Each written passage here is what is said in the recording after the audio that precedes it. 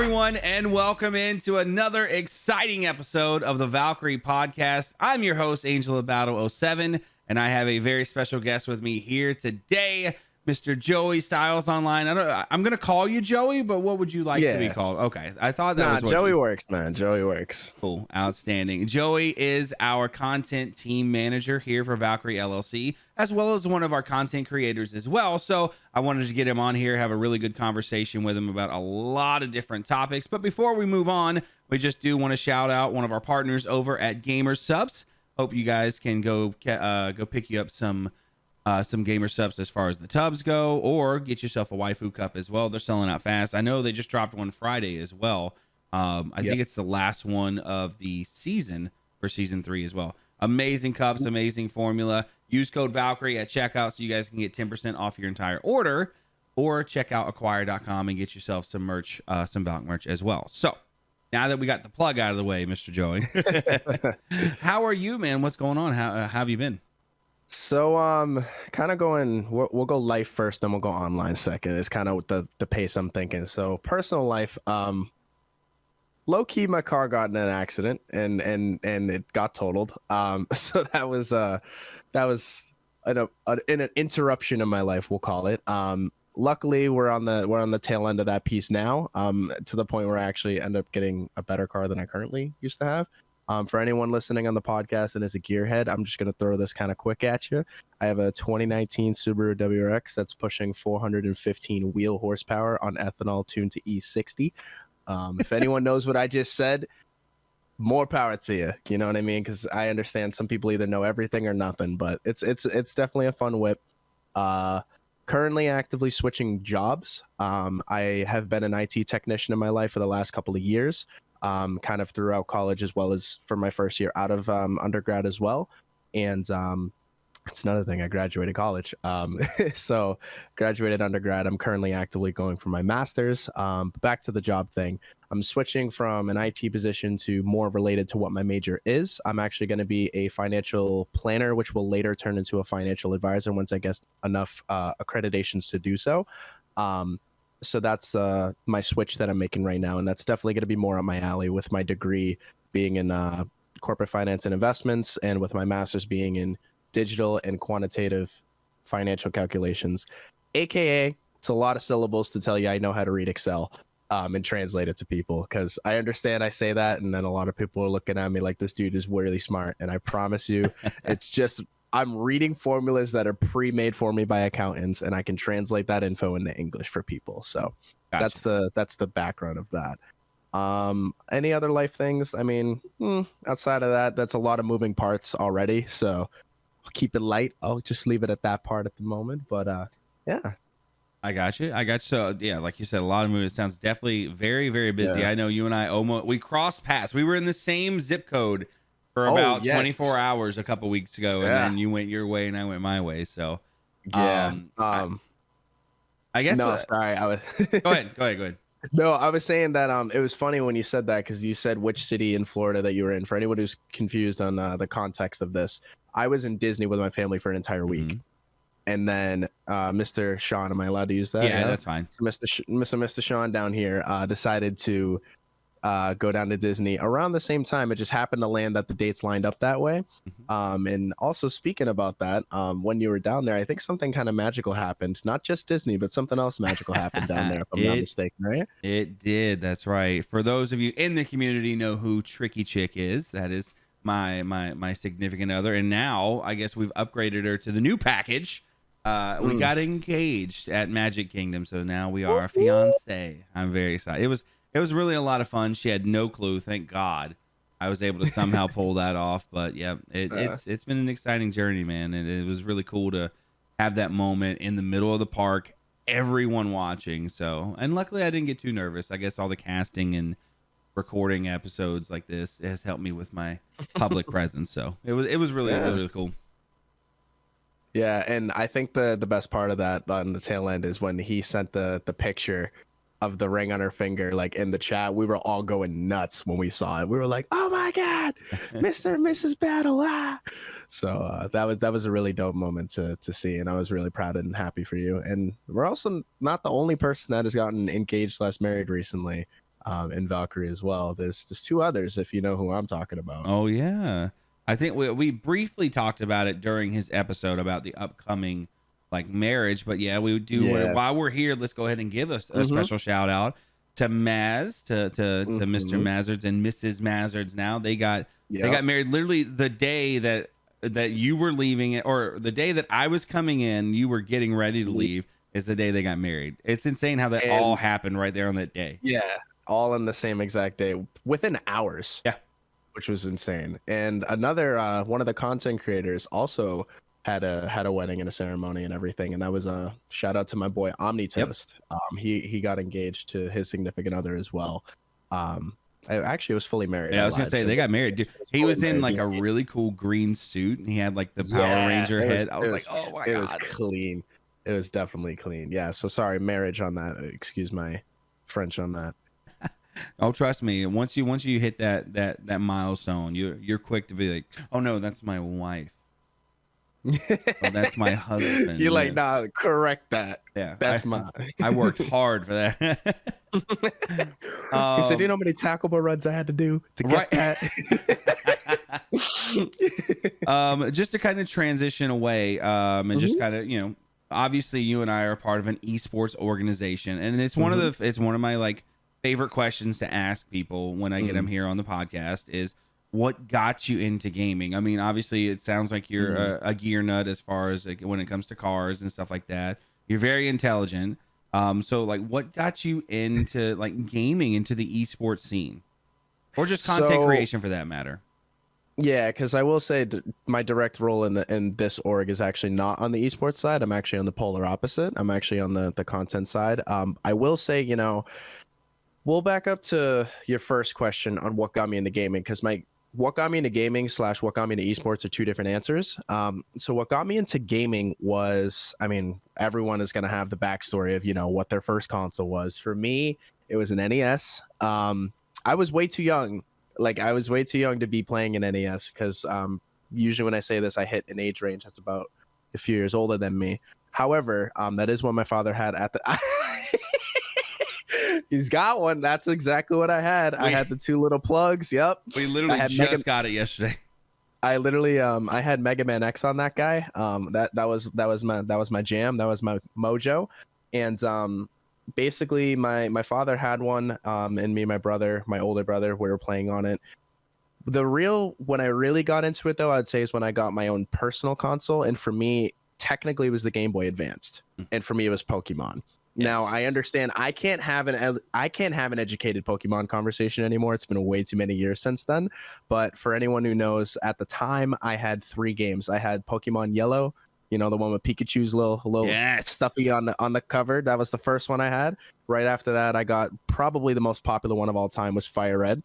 That was the next one that I had. And then simultaneously, I think I got Emerald at the same time.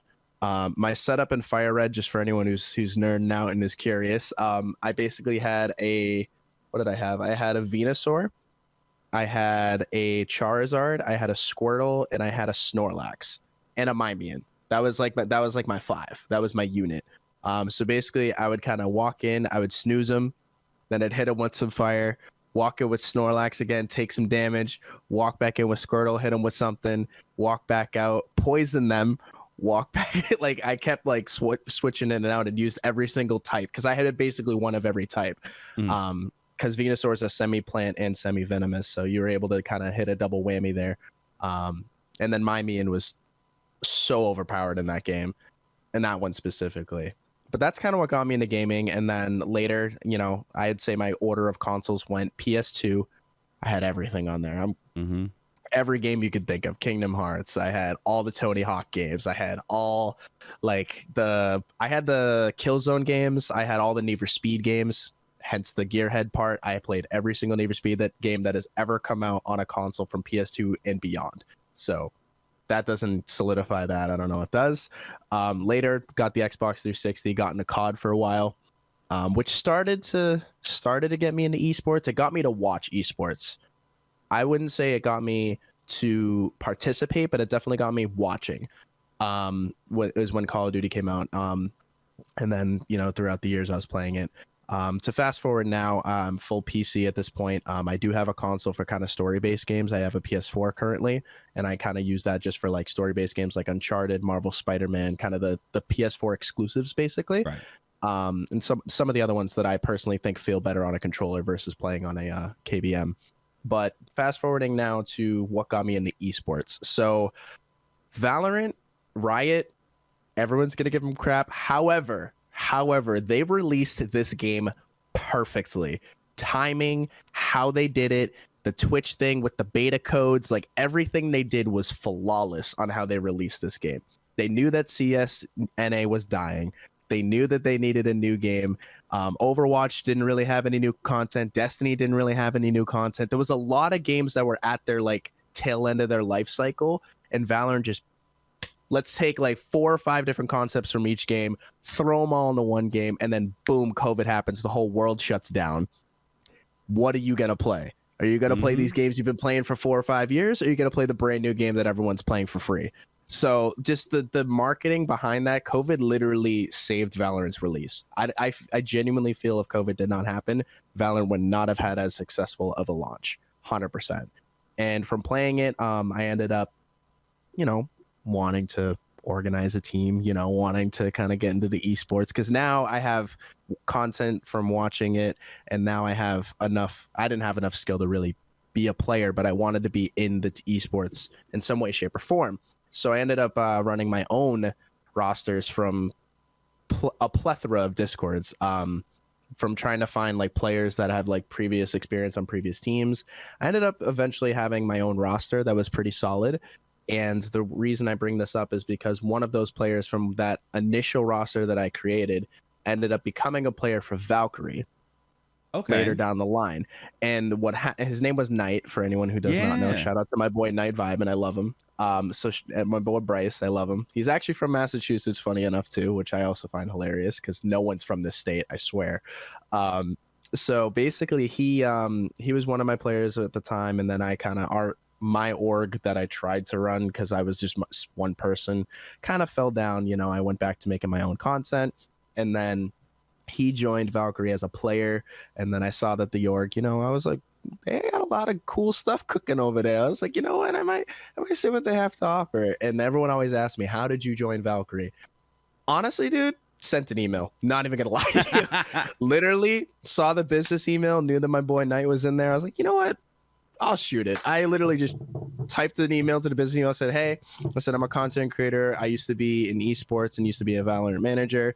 I said, I know so-and-so that's currently in your org. And then, I was like, I doubt that there's any conversation that will transpire from this. I literally was so doubtful in my email, by the way. I was like, no. I don't know. I'm like, you're probably never going to talk to me, but I was just saying, 25 minutes later, I get a message back. Hey, add this person on Discord, they'll talk to you. And that ended up being Daddy Zach, as everyone knows. And then I believe Nate is actually the other owner, Nate, for anyone who doesn't know. Pretty sure at this point everyone knows, but yeah. Nate was actually the person who responded to the emails initially, and then I ended up speaking with Zach in voice calls, and then in tandem, here I am. I initially joined as a content creator. I kind of promoted to CTM, or content team manager, when it became necessary, because we had a previous content creation manager. They kind of just fell off the role. They weren't really I don't know, it's not my business to really speak of, but more or less the role was open. I felt that I could handle it. I felt that it was something up my alley from previous experience of starting an esport basically, or from scratch. I was like, this is going to be nothing. Little did I know there's a lot more to it than I realized. But hey, you know what? I did have experience with organizing and running events and running things with people, so I knew that it was going to be a good role for me. And I've been in that role for almost 6-7 months now. Somewhere around there. Yeah. I want to say it was around the time I graduated college in like probably April, I'd say, is when I became content creation manager. So somewhere around there. It's been some time. And I'm actually not the only one in this podcast here that has had a recent promotion. If I'm not mistaken, right, Sean? Just a little bit, yeah. Yesterday, so we're recording on Sunday. Yesterday, Saturday, October 1st, was my 1-year anniversary, actually, believe it or not, with the org. And Tatiana, our former GM, had to unfortunately step down from the role just because she's really concentrating on becoming professional Counter-Strike in the impact scene, and she's doing a great job. Love watching her play. Learned a lot from her as well. She unfortunately had to step down, and they were looking for a general manager. And I've never general managed an esports organization, right? I don't have a lot of experience in that realm, but the brand is something that I've always been very passionate about. Ever since being a part of, being pulled in a part of the team since day one, it was always they didn't ever have to take a chance on me. So how can I give back to the org? So streaming on the Valkyrie channel, casting the games and stuff like that, interacting with the org on game nights has been my way. And I was like, well, I'm looking for a chance to do more. Why don't I at least talk to him? So I reached out and I was like, hey, what all does the position entail? And they kind of told me like a brief rundown version. I was like, I may be interested. And so we had some conversations back and forth, and here we are. So as of literally yesterday, Saturday, October 1st, I have officially become the new GM of Valkyrie. So I've got a lot of hats to wear now within the org, but it's a lot of fun, man. Like I said, I'm very passionate. The biggest thing I want to do is just give back to the community, give back to the org, and watch it grow as well. So I'm happy. I'm ready to get to work, but it's a lot of fun. Yeah. And the other thing too, upon that announcement, if anyone who's paying very close attention in the Discords, you may or may not have noticed Sean's color was slowly changing over like the course of like a month and a half. Because at first, when he became the full podcast manager, his color changed from the pink that we have for our content creators. All of a sudden, it was blue. Everyone was like, what's going on over there?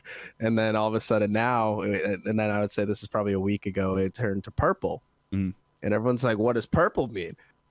I don't know. And at the back of our heads, we're all like, we think we know where this is going. So it was really cool to kind of like actually indirectly watch that progression happen from a bird's eye view, I should say. So that was pretty dope. Yeah, it was really cool because we were I went through like a 2-week period at first of kind of like a transitionary or probation period, because the biggest thing is I do have a lot on my plate with casting, content creation, streaming, and then trying to run the org, not run the org, but help run the org as well from the GM standpoint. So the biggest thing we wanted to make sure of, I wasn't going to be like drowning pretty much in the water. So over the 2 weeks, I worked with Zach, Mitch, and Nate on, recruiting and stuff like that, and some other stuff as well, sitting in on meetings. And I was like, they asked me Monday pretty much like, hey, do you want to do this? And I was like, damn right I do. And so here we are. Just to kind of transition again, kind of moving forward here, so we don't have too many stagnant points here. Yeah, big boy out here making decisions. Just kind of, so we talked about your entry into gaming, into esports and stuff like that. Obviously, you're a very good Valorant player as well. What you My got rank doesn't show it right now, but you've gotten to I've seen you play. You've gotten up to diamond and everything like that. With is Valorant the first tactical shooter you ever played, or did you ever play some Counter-Strike and stuff like that? So KBM 100% Valorant is the first shooter period I ever played. I technically had Warzone on my PC, but I was like, I think 4 minutes into like the tutorial, I was like, where's my controller? I was like, I can't do this. I was like, I literally went to the store, bought one of these, bought the little receiver that you use in order to like beam over to it. And then I've been playing, and I played Warzone on that because I was like, I can't do this with KBM. So technically Valorant was the first tactical shooter I've played. I've watched CS, I've watched esports on it, but I never played CS. I actually have a funny story about CS. I had it installed. I do have a lot of hours on it, but I never played it. And everyone's like, what does that mean? I bought and sold skins. All the time. I was a hardcore trader. Like I had a lot of inventory from keys and crate openings and everything. So I technically had hours on CS, but it wasn't from actually playing the game itself. It was actually from just trading and being in the market and but again, it makes sense. I do financial advising and stuff like that. I was literally doing that I was probably too young to say, but because Legally. but I was definitely in the market of CS and trading skins and everything like that. But I never actually physically really played the game. Yeah, a couple of shoot around times and server time or something, but never really actually like got in and like played. So Valorant's definitely my first tactical shooter that I've ever touched, especially KBM. So it was a learning curve for me. I will say you had a statement earlier that might get you in trouble in the comments, by the way, talking about North American Counter-Strike dying. You're gonna get roasted a little bit. I just hope you know. Hey man, I'm just telling it as I see it. I see the numbers, I see the statistics, I see who's going to this land versus who's going to this land. Is there a land for CS recently? I haven't heard of one. I think they just had not Copenhagen. That was Valorant. Oh yeah. They literally just had I can't think of it right now. And then I think the next one is going to be in Texas coming up soon here, I believe, actually. Okay. Yeah. So if you can't think about it, and I had no idea that it's that a happened. major too, by the way. So right, it's a major. You can't think of the name or where it was. Well, I'm not exactly even fully into Counter-Strike. I cast it, yes, but I'm not a full-time player or anything like that. But I've started to mesh myself into the community, so I feel some things when things are said, and I'm like, he's gonna get some words thrown his way. Well, again, and I had no idea that there was even anything going on. So plus, if you take a look at the last major at the viewership, it's kind of significantly higher than VCT Worlds. I think it was like I will say it was outstanding, the viewership. To back myself up, because I know people are going to roast me, I know EUCS is very successful. Oh yeah, I do know that, and I'm well aware of it. And I know my British friend, shout out to Steven. I know he's going to give me crap in the comments saying something in a British accent, giving me a tough time about CS, because he actually was semi-pro for a while, and he played for about 10 or 12 years. Semi-pro, so I know that he's going to give me crap. I understand in EU it's a thing. NA, not as much. IEM Rio is at the end of this month, October. Gotcha. So literally Halloween it'll start, and that'll be the major as well. I think that's the last major of the year. I know there's some big hype going around Liquid right now as well. Speaking about NACS, but. Yeah, it's a lot of fun, man. That community is great. Like any gaming community, there's always bad apples, but for the most part, that community is very welcoming and very, very awesome. To compare apples to apples on that really quick, is there any sort of, because obviously Valorant recently introduced the franchising aspect with their higher end esports and their tier 1 stuff. Is that same concept apply in CS or no? I don't think so. It's more like qualifiers and then like invites and stuff like that. I think so how Valorant was before the franchising occurred. Okay, yeah, because you've got like IEM qualifiers for IEM Rio. That, and then if you go from like ESEA standpoint, there's ESL, which is kind of like the top tier as well. So, but that's you can literally go through the ranks at ESEA. You start in open, go to intermediate to open to main, and then to advanced, and then to what used to be premier, now is ECL, which is Challenger League. And then if you win Challenger League, you can get promoted to ESL and get invited to ESL lands and stuff like that as well. So there's avenues there. But technically, if you're good enough, anyone could do it. Is kind of what I'm getting at. Technically, you still need a team. Trust me, any roster, if you're good enough, could do it. Yeah, definitely. Yeah, so because that's not the case anymore with Valorant, and there's a lot of upset apples about that one too. I don't know how I feel about that one. I think it's like, I understand why the change is going into effect. I personally think it is way too soon because Valorant is still very much in its infancy when it comes to being an esport.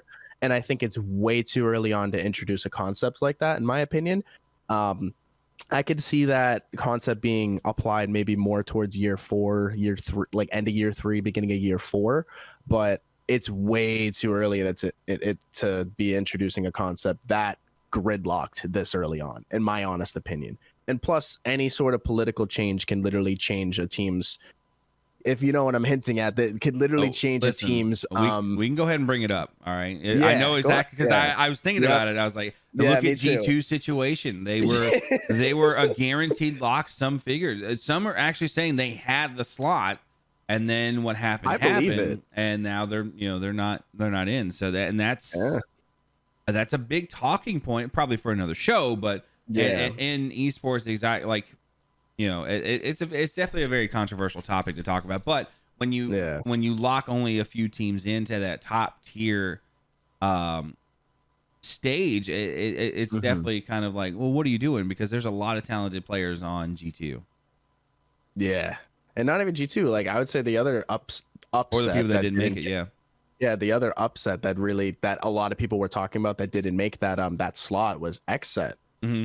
I think that was probably the second biggest team that didn't make it, that everyone was kind of baffled by. But again, that's another topic for another day. And we've only got, surprisingly, we've already talked for 25 minutes, which is insane. Wow. It's felt like we've only been going for 10 minutes, but so obviously with you being we kind of talked about your intro to like esports and everything like that. I want to kind of switch over to content creation. Like, Sure. where did you find your, I guess, motivation? What was your spark to start becoming a content creator, or like streaming? Like, where did that journey begin, and what kind of motivated you to like just pick up to hit that go live button for the first time? So I did start as a YouTuber. Okay. I started streaming 2016 is when I decided well, let me back that up. I technically streamed back in 2014, but they were spot streams. I don't really count them. Like I was like once every like 6 months. I don't really count that. And it was on a completely different channel. But the channel that I currently operate off of has been active since 2016. Going back quite a few years earlier in 2009, basically I saw best class setups on like COD, and I was like, these classes are horrific. I can make a better. I was like, I can make a better one than this. I'm like, are you kidding me? So that's what kind of actually initially got me into content creation. I was a very talkative person from a very early age in my life, probably from being the younger sibling and trying to play catch up all the time. Yep. Probably has something to do with it. But yeah, I kind of saw like best clap setups and like, commentative stuff on YouTube back in the day. And I was like, I could do this. But my problem is I was not at the puberty age yet, is the best way I'll put it. So I didn't really want to commentate when I was like, hi guys, welcome back to another, because I knew I was going to get roasted, right? I knew. So I kind of waited a couple of years. I finally dipped my toes into like Sony Vegas editing and understood how that worked. And then that kind of progressed going forward. I'd say what really switched it from going just like, I just want to do this on the side to like content creation was when I played Minecraft, actually. And that was probably the bulk of my growth.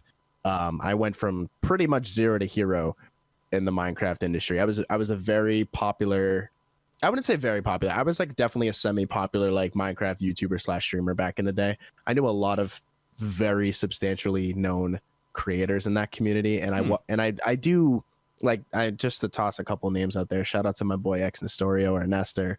I mean Dawson or Tylars or Hannah X Rose. I mean, I knew a lot of very well high up content creators back then, and that's what kind of shifted my mindset to be able to actually see myself more as a brand rather than just doing it just to do it. Right.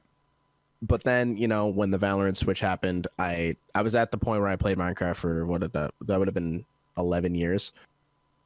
No, 9 years. I'm sorry, because they came in 10 years was last year, so 9 years is how long I would have been playing it. And plus I played alpha too. So I was like, you know what? I need something new. I need something refreshing. And like I said, Valorant's timing was literally perfect. Not only for me, but just for the society. So, and I know a lot of my friends from the MC community that also switched over to Valorant as well. And then that's when I kind of progressed and moved forward into like actually wanting to create a brand on Twitch, on YouTube, and things along those lines. I would say that the main switch was probably like back in 2015-ish is when I started taking YouTube seriously, and then a year later I started taking Twitch seriously. Gotcha.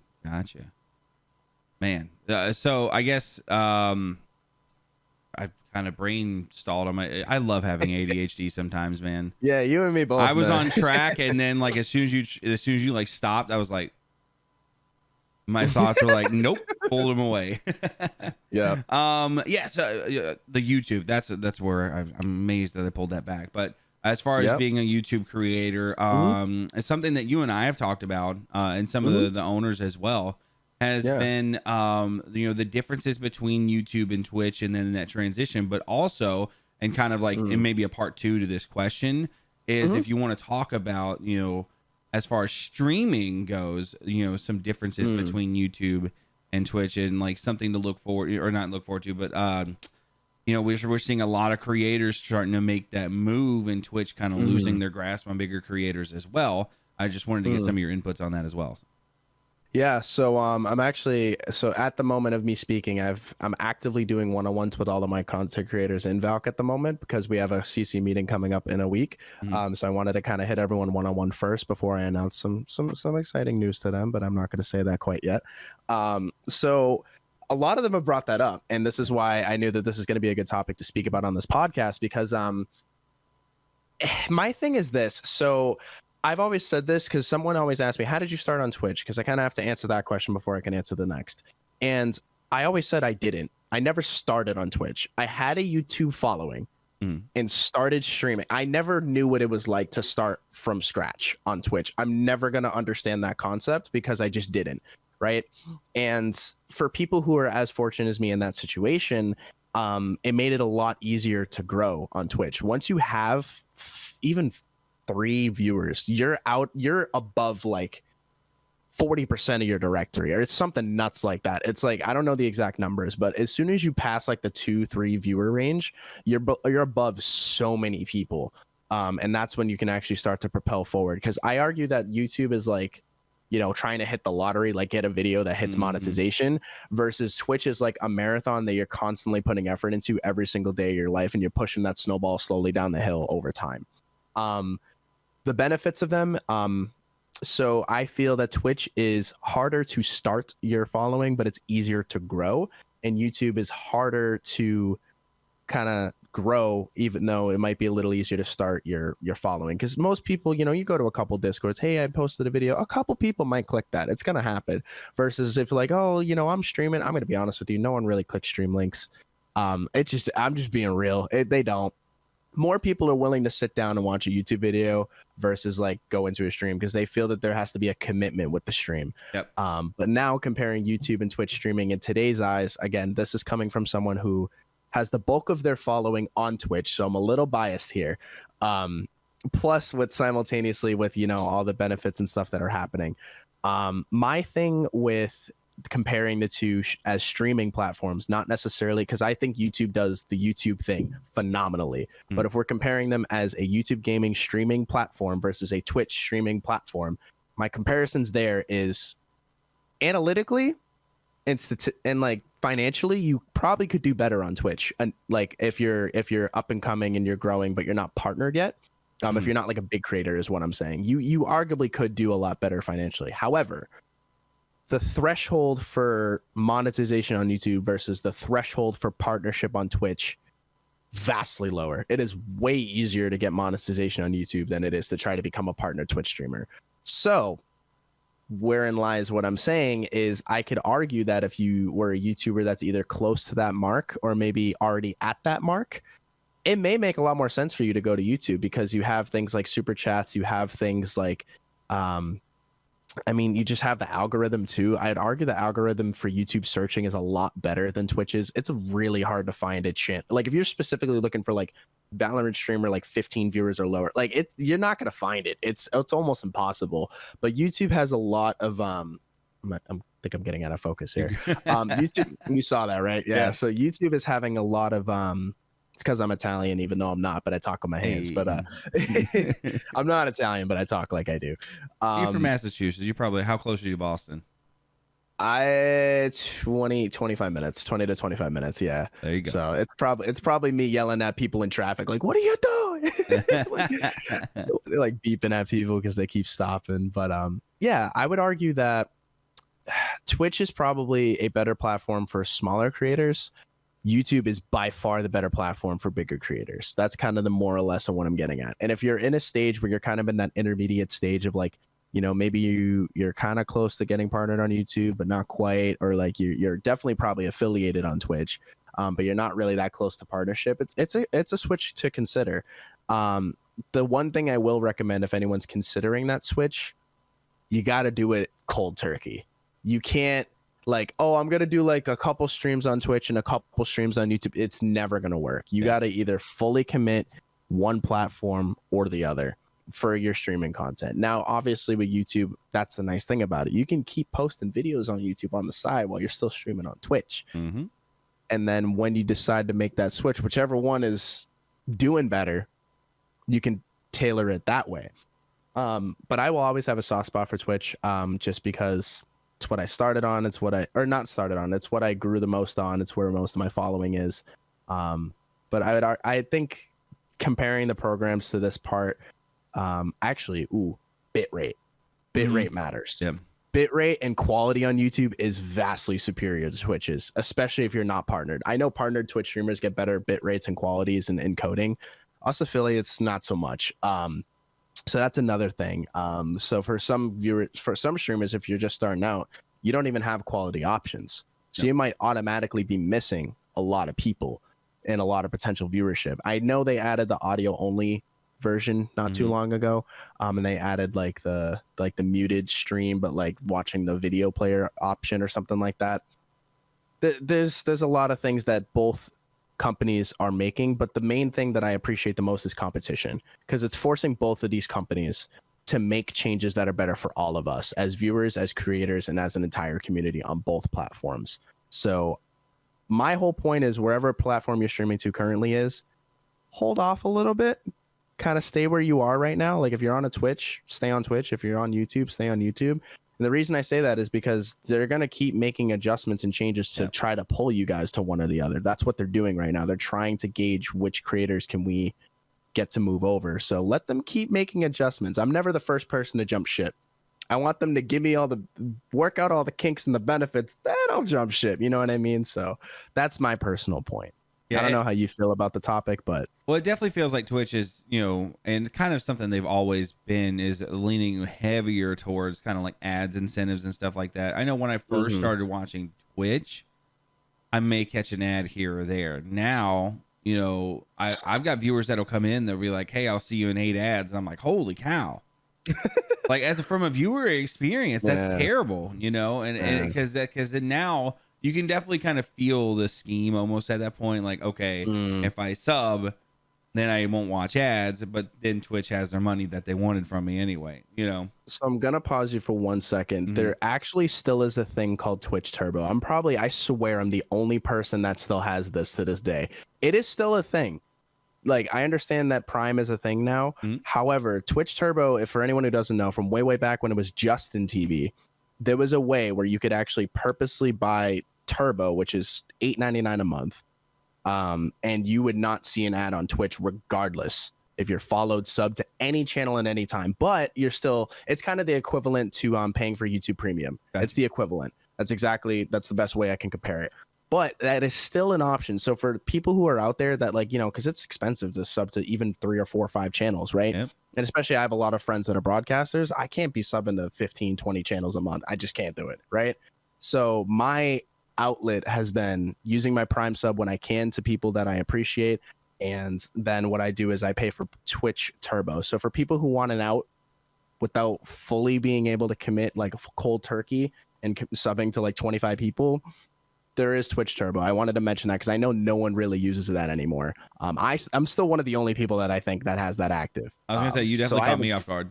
I was like, yeah, because I've been using it since the moment I made my Twitch channel, so 2016, and it's great. So for anyone who's curious, that is an option. Gotcha. And I know YouTube recently, actually, because they weren't going to monetize shorts, but then they recently are monetizing shorts, and I feel like that is a huge game changer. Obviously, the 70-30 split is one of the biggest talking points, but I really feel like that is a great entry into kind of dipping your toes in the water a little bit, because creators, when they repurpose their content, they grab that one clip that they're going to post on TikTok and stuff like that. Now you have another outlet to post. And all you have to do is just kind of get consistent. I know you kind of figured out a little bit of a cheat here a couple months ago about YouTube Shorts. Yeah, I did an And experiment. yeah, and if you post, kind of really consistently, everything's going to start snowballing. Your views are going to start to increase, and then you kind of hit the lottery. You hit that one big short that kind of goes viral a little bit, and now all of a sudden you start to get more and more views, and then that is another pathway to monetization. And then at that point, you can make that decision of, okay, I'm not feeling it on Twitch anymore. Then you could possibly transition over to YouTube as well.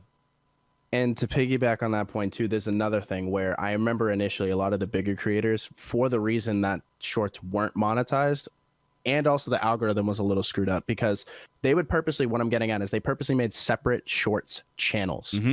And the reason they did that was because they knew that the algorithm for a short channel versus the algorithm versus a regular YouTube channel were not the same thing. And it kind of screwed up their recommendations when they posted them on their main channel. I believe that is switching, because nowadays I'm noticed a lot of bigger YouTubers. The main example that I say is Tarek. Tarek is a bigger Valorant streamer, broadcaster, and YouTuber. He's been posting TikToks for forever, obviously, had been streaming on Twitch and then post videos on YouTube. That was his like gig. Now he's been taking all of his TikToks, he's putting them all on YouTube Shorts on his main channel specifically, and it is not screwing up his algorithm at all. He's actually getting more recommendations for the channel overall. I've noticed his statistics going up by let's say they go up 10% per month. They're going up like 25% per month now, because the shorts and the YouTube videos are both getting recommended simultaneously. And I just wanted to throw that example out there, because I know some people were iffy on the shorts thing with posting them on the same channel that you post your video on. Gotcha. The only thing I don't know is, how does it affect if you stream on that same channel as well? Is it okay to triple dip? I know for a fact now from multiple channels you can double dip.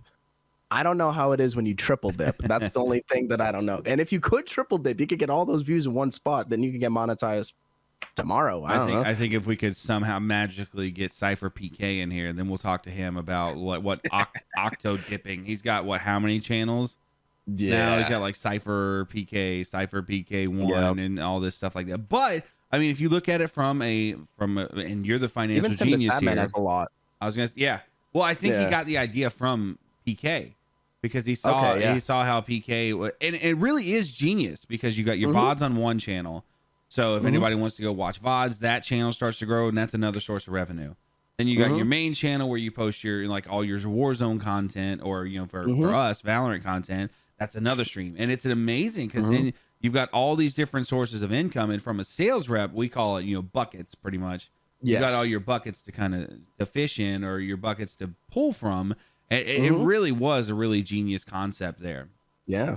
No, yeah. And again, the main reason that separation did occur again was because shorts were not initially monetized as well. Right. They were getting crazy recommendations. You could get, let's say a channel that averages 100,000 views on a regular video, their short could get 5 million views out of nowhere. It can happen. But they weren't getting any monetization from that. So it's kind of giving them false analytics that they weren't getting monetization for.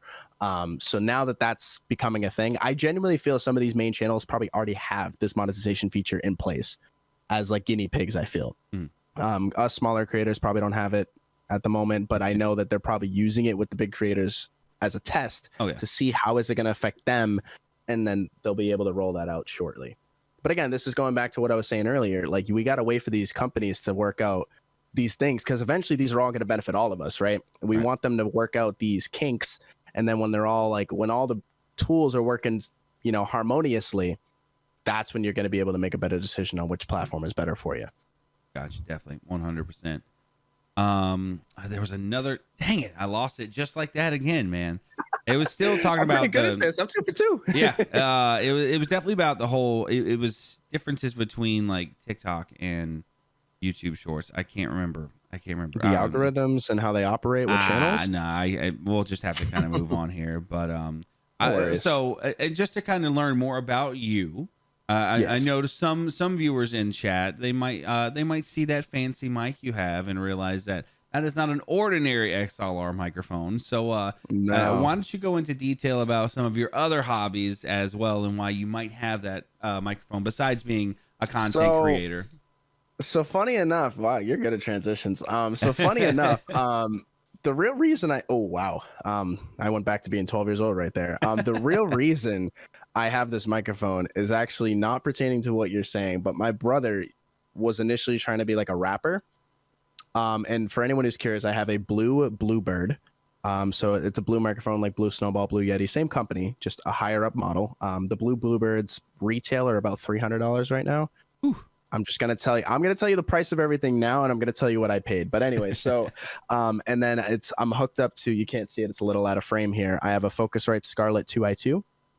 That's just XLR to USB interface, and then and then I also do a little bit. So live, this is clean. This is like unedited audio. This is what this microphone gives you, and I like it because it's flat. It doesn't give me too much bass, too much tone, too much like nothing. Everything's flat, and it's perfect for maybe either singing, rapping, things like that. And you want a flat signal and then to edit it in post. It is better to have a flat signal. I understand some people like the Shure SM7Bs, as Sean has, but I will say those have, correct me if I'm wrong, the noise, you need a booster on them. Like, because it's like by nature, it's really hard to pick up like audio because it's like very quiet. I don't know how to explain, right? It is like you need quiet, like a preamplifier. That's the word I'm looking for. You basically need a preamplifier on those.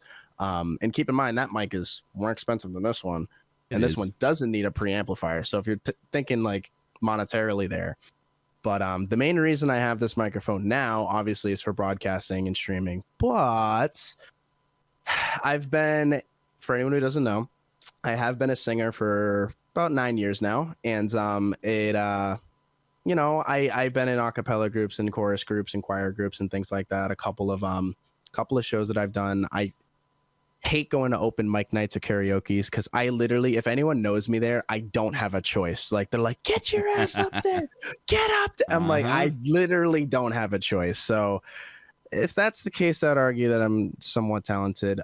For anyone who's super, super curious, if you go to my YouTube channel, my traditional one, my Valk one, if you go to the channels, there is a couple of covers posted on there. There's just something light. There is some, and those were fully recorded on this microphone in this room, which I know I don't necessarily have the best sound deadening. I do have a lot of furniture behind you guys that you can't see, but it's not the best sound deadening on this microphone with this little pop screen on it, obviously. And I recorded that in Reaper. For anyone who doesn't know what Reaper is, it's a free, keyword free, audio engineering program. I know a lot of people use Fruity Loops. I know some people use Audacity as a free option, but the thing with Reaper, it's a full, like you could produce very well in this program. Like I'm talking, it's a very high-end professional program. Like I only know what like 6 buttons do, and there's like 6,000. I only know about like, I pretty much know nothing, and I was able to make a pretty good recording out of it. So for anyone who's out there who's considering maybe getting into audio engineering or maybe getting into, how can I make my setup sound better? Like Reaper for post-production, I should clarify, is one of the best tools you can use. And that's what I've used for my recordings and my posts up to this point. And it is free. So that is nice. Now I call it nagware though, because it does get the, skip the free trial. You can hit skip after 7 seconds, but it's nagware, but it's only like $40 lifetime. Oh, it's not even a subscription. It's gotcha. It's a cheap price. It's an affordable price, but like lifetime. So I haven't done it yet because I don't use it enough, but yeah. My goal though, by the end of this year, I haven't done it yet. I have some ideas, is to post an original song. Oh, like I said, I have some covers out there. I do have some sheets of paper. I actually can see it off. Obviously, it's off frame. I have a piano over there with a couple of pieces of paper where written out lyrics and stuff. I have some ideas. I just haven't really scratched it yet because my thing is I can write. I'm not the best creative person. I'm very left brain. Okay. I'm very good at following systematic directions and learning it and effectively making it efficient. This is why I run orgs and things like that, and why I'm in a leadership role within this org, for example. It makes sense, right? But as far as being fully just creative, that's always been a challenge for me. I'm very good at being able to mimic, not copy, but like being able to mimic what I hear and maybe change a couple of things to alter it to make it my own. But as far as like here's a notepad, here's a pen and paper, here's a keyboard, figure it out. It's like that's a gap that I'm trying to bridge right now. And if I do by the end of this year, then I should have something original posted. So I am excited to hear that, honestly. yeah. I know. It's Like gonna all the content creation guys, they're really. It's a tight knit group when you get us together. Yeah. So there's a lot of love and support there, and I know we're gonna boost it to the moon as much as we can. Yeah. What genre, I guess, would you consider yourself So if you had to put a label on it? I would sad R&B, I guess. Okay. It's not like an actual label genre. Like I definitely I say like it'll better explain like the songs that I've covered. So like I've done like a couple of Jeremy Zucker songs. When I go to karaoke nights, I can sing like James Brown and like Superstition, Stevie Wonder. So I can get, you know, the high end energy growl stuff in there too. But I would say my emotions much more pertain to more subdued kind of like almost not like storytelling, but kind of like trying to conceptualize a previous either incident or situation that I went through, and just with that in mind, it by nature comes across as sad R&B. That's just kind of what comes out when you try to hit that topic. That's kind of what comes out of it. But you know, I'd say I guess sad R&B. I got you.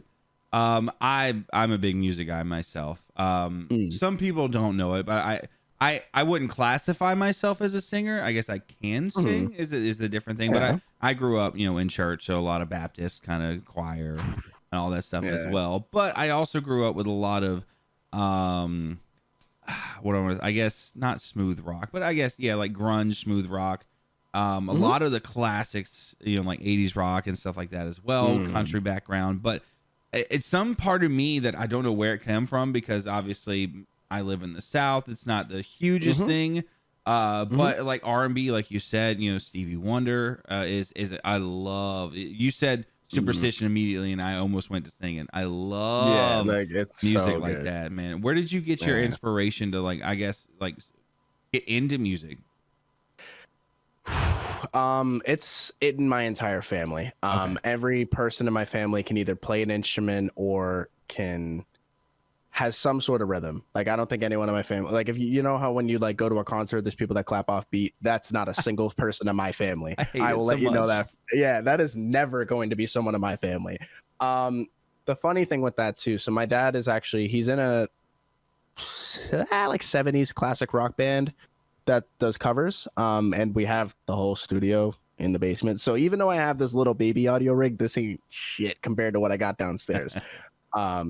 And because of that, I have to hop off frame to explain something. So I have something that I've been trying to learn that I suck at, because my brother can play instruments without even thinking about it. He just does it. Really? Right? For me, no, I can't do that. And I'll tell you. So Ooh, I'm excited about this one. I've been trying to learn this instrument. I've been trying to learn drums. Oh, good luck. And because I have two drum kits in my house. So I basically have two. I have the clean pair is what I use in the electric kit, and then I got obviously the chewed up pair, and that's for the real kit. So I have two drum kits in my house, and I've been trying to learn drums. But again, my brother, like I'll be sitting there, like I'm kind of playing like 90s rock, so like things like Rage Against the Machine, Sum 41, things like that. And I'm going down there, I'm like struggling, like I kind of get some of it, and then my timing falls off. My brother comes down, he's like, no, it sounds like this. I'm like, you know what? Did anyone ask you? I'm like, don't come on, man. Like this doesn't come naturally to me. And I can play some piano as well. But again, that didn't come naturally to me. Like even my singing didn't come naturally. Some people are like, you're born with it. I'm like, no, I had to work for this. No, yeah, I was not a good singer when I started. It took a while for me to get to where I'm at today. The amount of times that I would be in my shower, voice cracking like a mofo, squeaking, trying to get these notes that I didn't have. But I always like to say it really is something you can train. It's a muscle. Yep. It's something that you can train. It's something that you can develop over time. And some people think that, you know, oh, you're just either born with it or you're not. No, nope. If you can learn an instrument, you can learn to sing. It's the same thing. I will say if you have an ear for pitch, it helps. My pitch is perfect. I have perfect pitch. No and I'm cursed. way. I'm cursed with it. I hear that. I hear that a lot, actually. No, it's so because everyone's like, that sounds nuts. Oh my God. It's like, no, it's not. Because every time I hear people beeping, I'm hearing a C sharp and a D playing on themselves, and that's a minor second, and I'm crying. I'm like, no. Everything that I hear is a tone. Like I can like ding my water bottle a certain way. I'm like, that's a B natural. I'm like, oh my God. The school alarms at school, they're at E flat. It's like I just hate my life. It's like everything that I hear is a tone. So I actually do have perfect pitch, and uh I don't know if I actually, because I quote unquote do, but I really think the true definition of it is there's a thing between relative pitch and perfect pitch. There's like a definition between that. It's a spectrum. It's not like for perfect pitch you either have it or you don't. But everything below that you kind of like if I hear something, I like kind of match it to my voice a little bit and know exactly what that pitch is in my voice. And I think that's kind of how that works. But I for the most part I can almost with no reference I can identify a pitch almost anytime. Like I play this game sometimes where I have friends that have phone, like the piano app on the phone, and they'll start playing notes. I'm like, yeah, that's a D flat, and they're like, what the? They're like, what? So yeah, I'm unfortunately cursed with it.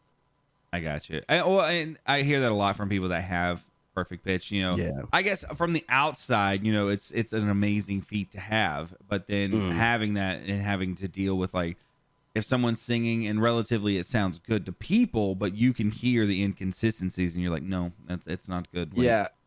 I've never been able to enjoy like the drunken Sweet Caroline song. Never.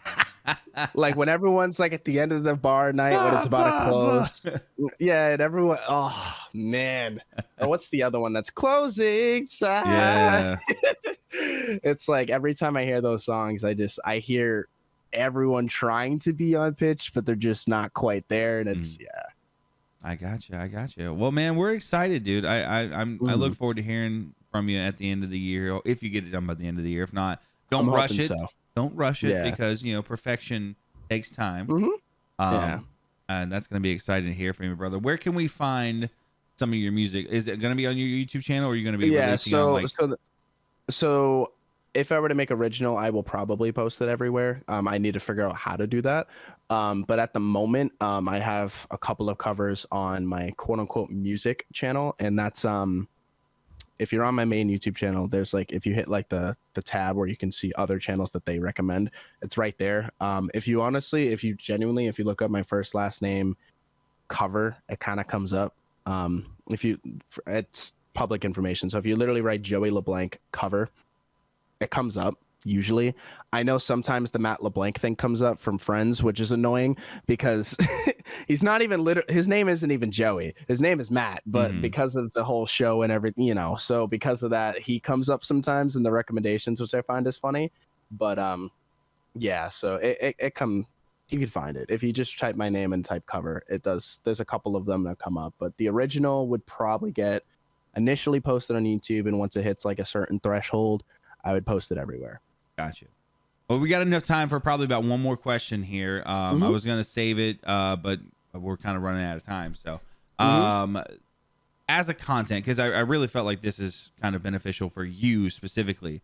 Valkyrie is obviously kind of doing some searching right now to add to the content team. And I kind of, I've asked Mitch, I've asked Zach about it as well, just so they can give their perspective on it. But obviously with you being the content team manager, in recruiting, what are you looking for as far as like from a content creation standpoint, and who would like stand out? So if anyone watching this is interested, you know, what are kind of the criteria that you're looking for?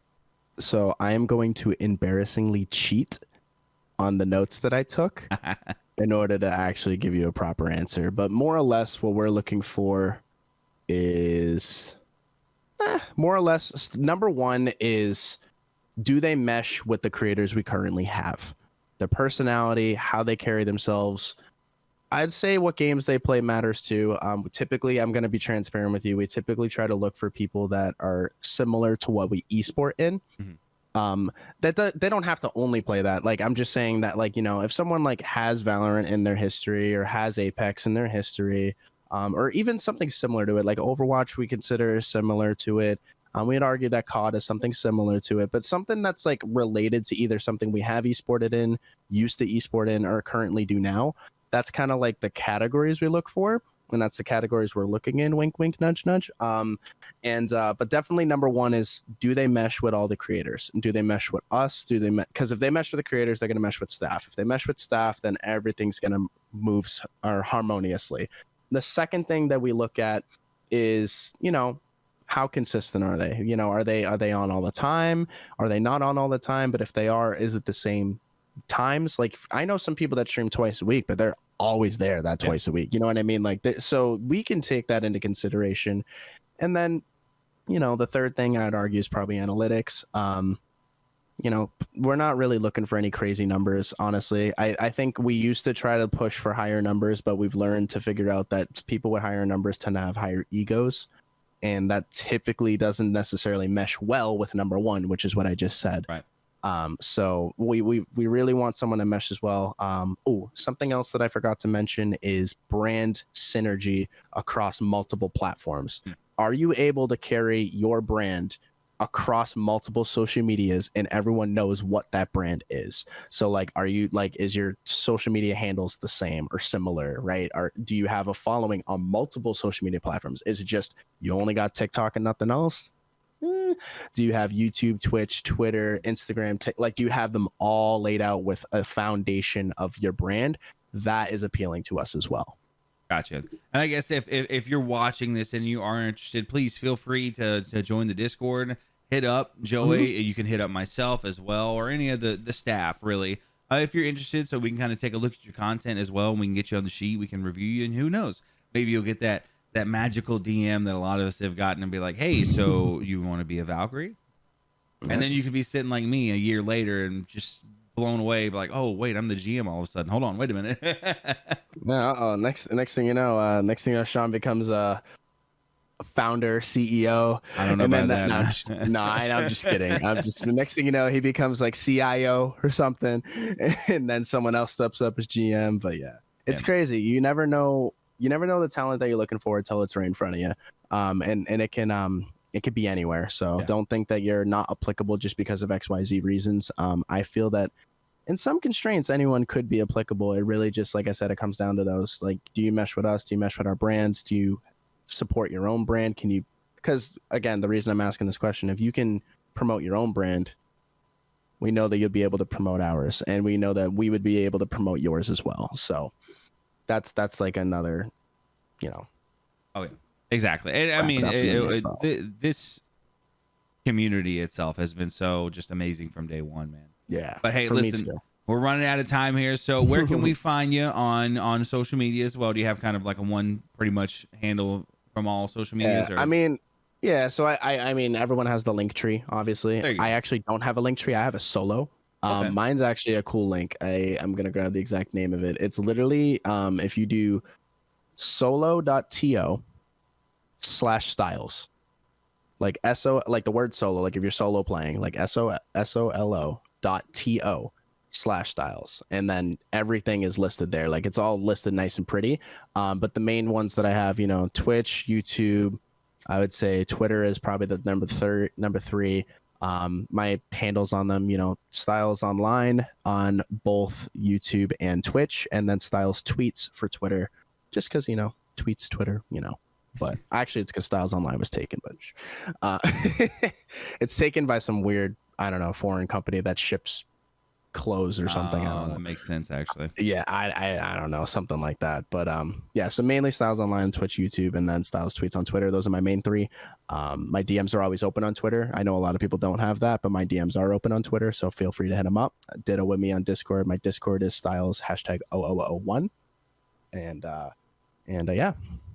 Easy enough. Well, hey, listen, Joey, thank you for coming on to the podcast, man. It's always a pleasure to be able to sit down and talk with you. Now, now the community has been able to kind of take a deeper look and get to know you as well. So, but ladies and gentlemen, that will do it here for us at the Valkyrie Podcast. Thank you so much for joining, listening, watching, wherever you are in the world, whether you're on YouTube or Spotify as well. Thank you so much for tuning in, and we will see each and every single one of you guys in the next one. Have a good night, guys.